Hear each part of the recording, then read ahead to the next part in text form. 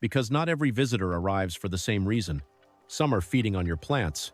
Others may be feeding on the insects feeding on your plants. And, unless you understand that difference, every decision becomes a guess. The problem is that a wrong guess doesn't just affect the insect you're looking at. Sometimes it affects the entire garden. You remove something you believe is causing a problem, only to discover a few weeks later that the real problem has become even worse. More damaged leaves, more pests, more frustration, and more time spent fighting issues that seem to keep returning. That's why understanding what's happening in the garden matters so much. The good news is that you don't need to become an insect expert. You don't need to memorize species names. You don't need a field guide in your pocket. In fact, by the end of this video, you'll know how to make a much better decision the next time you see an unfamiliar insect in your garden. You'll know when it's helping, when it's creating risk, and when it's worth taking a little more time before you act. Because the goal isn't to eliminate every insect you see. The goal is to protect the roses, flowers, vegetables, and landscape you've worked so hard to grow. And the first rule begins with a truth that surprises many gardeners the first time they hear it. And that brings us to the first rule. If an insect is helping your plants, leave it alone. Now, that may sound simple, but it's a lesson many gardeners learn the hard way. Because once you start paying closer attention to what's happening in a healthy garden, you begin to realize that not every problem appears overnight, and not every solution comes from a bottle, a spray, or a treatment. Think about a rose bush covered with fresh new growth. One week it looks perfect. A few weeks later, aphids begin appearing on the stems and tender leaves. Or perhaps it's a tomato plant that suddenly develops damaged foliage. Or a flower bed, where caterpillars seem to be chewing through blooms faster than you can keep up. Most gardeners notice the damage first. That's completely natural, because the damage is easy to see. What we often fail to notice is everything happening before that damage becomes a serious problem. A healthy garden is constantly working behind the scenes. Birds search for food among the plants, pollinators move from flower to flower, and countless small interactions take place every day without attracting much attention from us. The problem is that when we treat every insect as an enemy, we sometimes interrupt those natural processes without even realizing it. That's why so many gardeners find themselves trapped in a frustrating cycle. A pest appears, something gets removed, the garden seems better for a while, and then the problem returns, sometimes worse than before. When that happens, many people assume they need a stronger treatment, a different product, or more intervention. But occasionally, the real issue isn't that they did too little. It's that they removed something that was already helping. And that's the hidden truth many gardeners never hear. Sometimes, the insect you're trying to remove is already removing the problem you're worried about. Take a moment to think about that. The focus is usually on the insect you can see. But the real story may be the pests you don't see, because they never had a chance to become an outbreak in the first place. That's why experienced gardeners learn to ask a different question. Not, how do I get rid of this insect?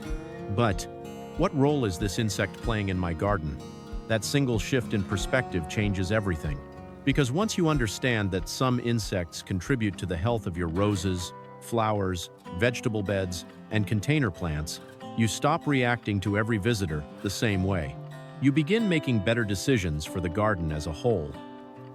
Calmer decisions, smarter decisions, and decisions based on observation rather than instinct. And that's where the first rule becomes surprisingly simple. If an insect is helping your plants, creating no danger, and causing no damage, leave it alone. Sometimes the best thing you can do for a healthy garden isn't adding something new. It's allowing the right things to stay. Of course, that doesn't mean every insect belongs in every part of your landscape. And that's where the second rule becomes important. If an insect creates risk, manage it. This is where many gardeners get confused. They assume they have to choose between protecting their garden and protecting their family. But most of the time, that's not the choice at all. The real question isn't whether an insect is good or bad. The real question is whether it's creating a problem in a place where people, pets, and everyday life intersect with the garden. A wasp moving quietly among flowers at the far edge of your property is one thing. A nest hanging beside the front door is something very different. A wasp searching among roses near the back fence is one thing. A nest tucked beneath a patio chair where your family gathers every evening is another. The insect may be exactly the same, but the location changes everything. That's why experienced gardeners rarely make decisions based on fear alone. Instead, They look at risk. Is it interfering with how the garden is used? Is it creating danger for children, pets, visitors, or anyone who regularly spends time in that area? If the answer is yes, then taking action may be the right decision. Not because every insect is a threat, but because a healthy garden should also be a place where people feel comfortable.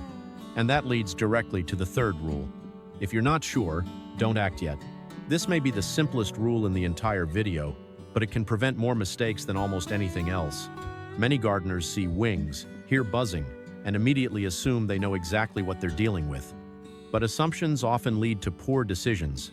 A few moments of observation can reveal far more than an instant reaction ever will. Watch where the insect goes. Watch how it behaves. Notice whether it's focused on flowers, searching through foliage, or repeatedly returning to the same location. Sometimes the smartest gardening decision is simply giving yourself a little more time before acting. And here's the good news. You don't need to become an insect expert. You don't need to memorize dozens of species. You don't need a complicated system. You only need to remember 3 simple rules. If it's helping your plants, leave it alone. If it's creating risk, manage it. If you're not sure, observe before acting. That's it. A simple framework for making better decisions in the garden. Because the goal was never to eliminate every insect you see. And it was never about allowing every insect to stay. The goal is balance. Imagine walking through your garden next summer. The roses are blooming. The containers are overflowing with color. The vegetable beds are thriving. You're spending less time reacting to every insect that appears, and more time enjoying the landscape you've worked so hard to create. There are fewer panic decisions, fewer unnecessary treatments, and fewer moments spent fighting nature when you could be working with it. That's what experienced gardeners eventually learn. A healthy garden isn't built by controlling everything. It's built by understanding what belongs, what creates risk, and when patience is the better choice. So the next time you see an unfamiliar insect in your garden, pause before making a decision. Ask yourself a better question. Is it helping? Is it creating risk? Or do I simply need to observe a little longer? The answer may not just change the way you see that insect.